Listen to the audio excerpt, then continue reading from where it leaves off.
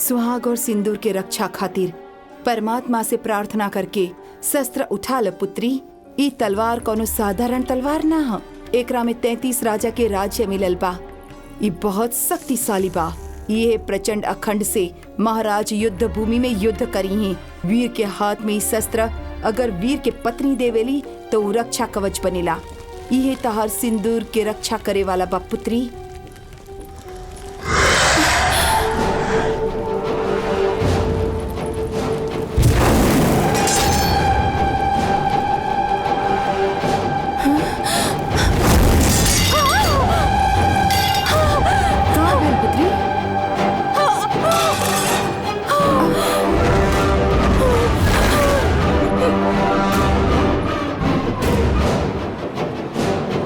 यदि देह नीला रंग में बदलत रहे तो चक्रवर्ती के साथे जरूर कोनो दुर्घटना होखे। शस्त्र असत्य संकेत ना देवेले, वो हमेशा सत्य ही संकेत देवेले। भूमि जन्म देवेली, अग्नि जलावेली, जल सुखावेला, वायु भाप बनावेली और वायु ही मनुष्य के आयु बढ़ावेली। मनुष्य के भांति तलवार बोल नहीं खे सकत, शुभ अशुभ के संकेत जरूर देवेला। यदि महाराज युद्ध में गईले तो अनर्थ हो जाई और का होखी हम नहीं बता सकत।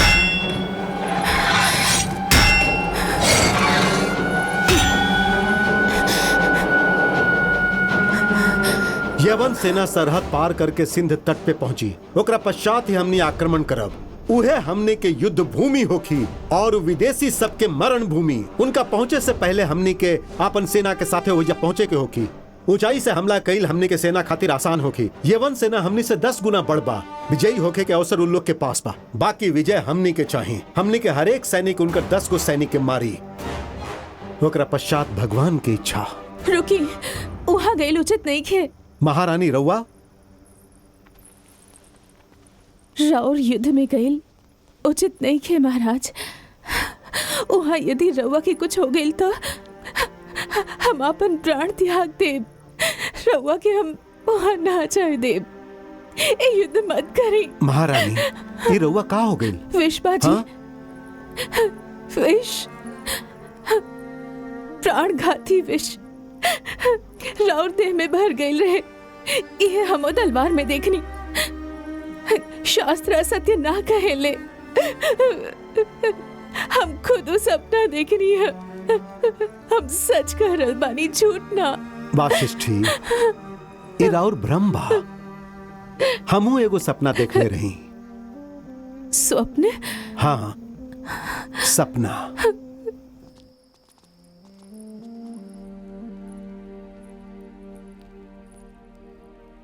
धर्मानंद, हमार पुत्र पर युद्ध में विष के प्रयोग कल जाई ऐसा संकेत मिल रहा बा। कहीं हमनी के वहम तो नहीं खे? ई वहम नहीं खे हो सकत माता, पूर्वाभास है। रहुआ सहायता करी।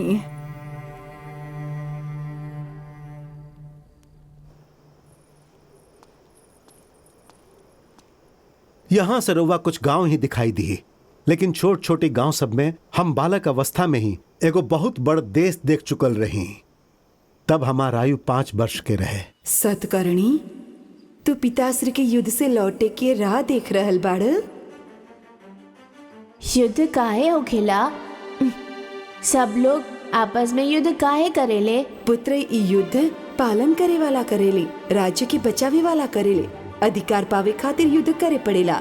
एगो राज्य दूसरे राज्य पर, दूसरे राज्य तीसरे राज्य पर। इतना राज्य की का आवश्यकता बा? अगर सब मिलके एक ही राज्य बनावस तो फिर युद्ध कभी ना होगी। इस सब करे खातिर कोनो वीर के जन्म लेवे के पड़ी। हम ले ले बानी। अच्छा। हाँ माता, सब राज्य के मिला के हम एक के राज्य बनाए। फिर एक के युद्ध होखी। फिर एक के युद्ध वो होखी। हमनी के होखी। वो हमनी के होखी। एक के राज्य होखी। एक के राज्य होखी। वो हमनी के होखी। तू सच कह रहल बाड़ा? राउर सौगंध। इस सत्य हम 5 वर्ष के आयु में ही देख ले रही। ओकरा से पहले हमारी मृत्यु ना आई। वाशिष्ठी, हम लड़ब और जगह जगह जल रहल अग्निदीप के मिला के अखंड ज्योति जलाइब। जो ना बुझी हम ओकरा के राख ना होके देब और हम अपन आखिरी पीढ़ी तक ओकरा के जलैले राखब। 7 समुंदर पार से आइल उन लुटेरा विदेशी सबके हम यह धरती में जीवित गाड़ देब। समय ज्यादा नेके हमरा पास, चली यहां से। विजय हमनिए के होखी।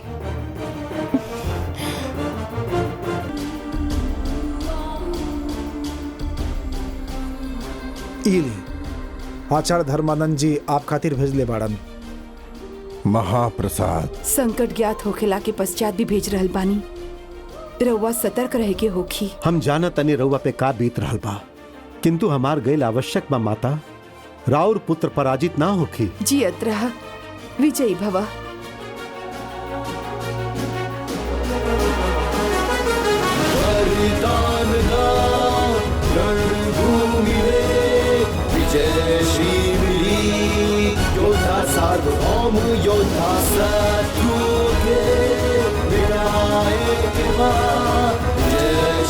वासिष्ठी लक्ष्य होके तब्बो लाखों सैनिक होखेले।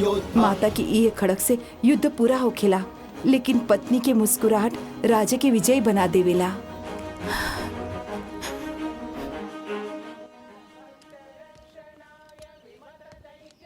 रुकी,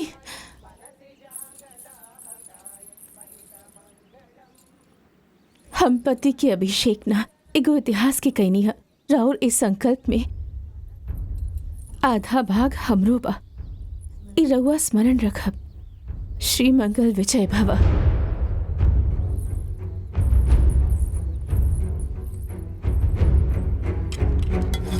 तैयार बाड़ा? तैयार बानी, तैयार बानी।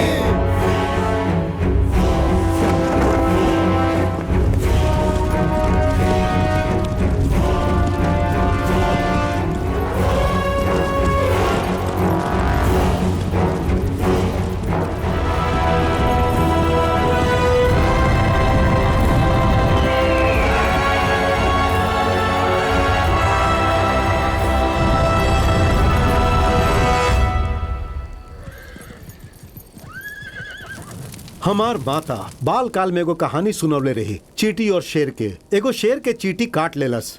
जौन चीटी कटलस का ऊ बची शेर के पंजा से क्षण भर में मर गई। ओकरा बाद दोसर चीटी आयल, फिर वो ओकरा के कटलस। ओकरा बाद एक चीटी आवत गईली और शेर उस सब के मारत गईल। आवत गईली मारत गईल, आवत गईली मारत गईल। ओकरा बाद शेर के सहन शक्ति खत्म हो गई और ऊ अपना पास एगो चीटी के बुला के पूछलस, हे चीटी, शेर के काटे के साहस तोरा में कहां से आयल? तोर आंख के सामने तोर साथी चीटी सबके हम मार चुकल बानी, दिखाई नहीं के देत का? भय नहीं लागत? फिर एगो चीटी हंस के ओकरा से पूछिए लेलस, अरे हमार पागल शेर, तोर सामना भागे वाला चीटी सबसे भइल बा, हमनी जैसन से ना। ए सृष्टि में खाली दू गो निर्भय प्राणी होखेले, एगो होखेला शेर और दूसर चीटी। शेर शिकार के मार के खाला, लेकिन चीटी जीवित रहते काट काट के खा जाली सा। हर एक भारतीय सैनिक के चीटी जैसन वीर होके के चाहिए। काल विजय हमनी के होकी, विजय बिगुल बजा दो।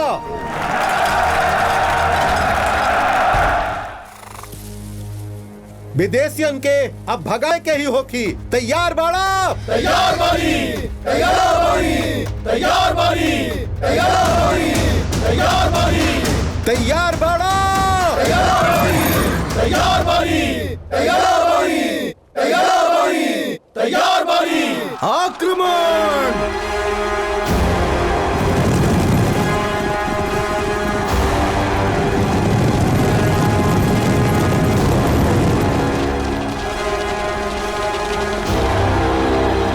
तीर छोड़ जाए।